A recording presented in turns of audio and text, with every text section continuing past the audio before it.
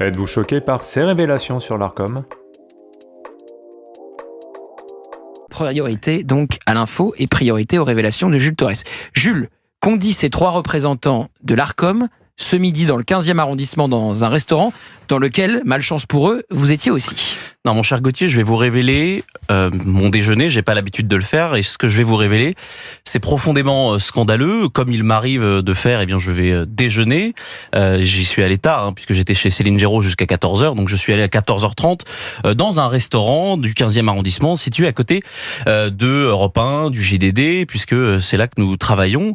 Et il faut savoir que le siège de l'Arcom est situé à quelques dizaines, quelques centaines de mètres de notre rédaction. Et donc, c'est assez habituel de croiser ou de déjeuner à côté de personnes qui travaillent dans l'Arcom. Et donc, j'étais avec des amis et je me rends dans un restaurant situé non loin de la rédaction. Je m'assieds à table et au bout de quelques minutes, je comprends que le sujet, c'est Cyril Hanouna, je comprends que le sujet, c'est l'Arcom et je comprends rapidement que ces personnes travaille à l'Arcom.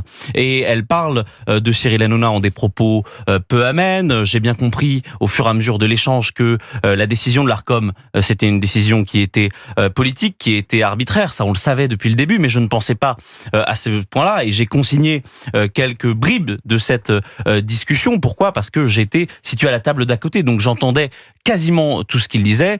Et il y a eu notamment cette phrase. Donc là, vous faites des citations. Ce sont des citations. Ils étaient nombreux, Il y avait 2 hommes et une femme. Ces 3 personnes travaillent à l'Arcom et l'un d'entre eux, c'est un homme, a dit notamment cette phrase: nous, on nous a demandé de virer Hanouna, on l'a fait, on a fait notre boulot. Ça, c'est la première des choses. Donc on voit très bien que quelqu'un a demandé de virer Cyril Hanouna. Donc on voit très bien que le sujet, c'est pas C8, c'est pas la chaîne C8, c'est qu'on a voulu s'en prendre à Cyril Hanouna.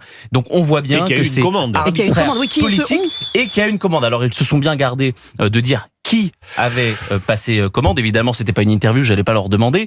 J'ai continué à tendre l'oreille et ce que j'ai entendu ensuite, c'était quasiment pire. C'est-à-dire que il y a eu des insultes. Déjà, il faut qu'on s'arrête sur cette première phrase. Non, on nous a demandé de virer Cyril Hanouna. Oui. Donc ça veut dire que on nous a demandé de virer Hanouna. On l'a fait, on a fait notre boulot.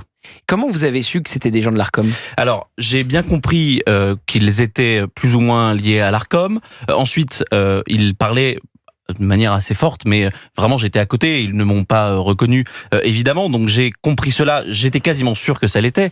Et puis ensuite je suis allé voir après mon déjeuner les serveurs de ce restaurant, le patron de ce restaurant, et c'est des clients habituels, et donc il m'a bien confirmé, non pas l'identité de ces 3 personnes, mais qu'ils travaillaient tous les 3 à l'Arcom. Donc première phrase, on nous a demandé de virer Cyril Hanouna, on l'a fait. Deuxième phrase, Jules Torres. La deuxième phrase, il parlait ensuite de la défense du groupe Bolloré.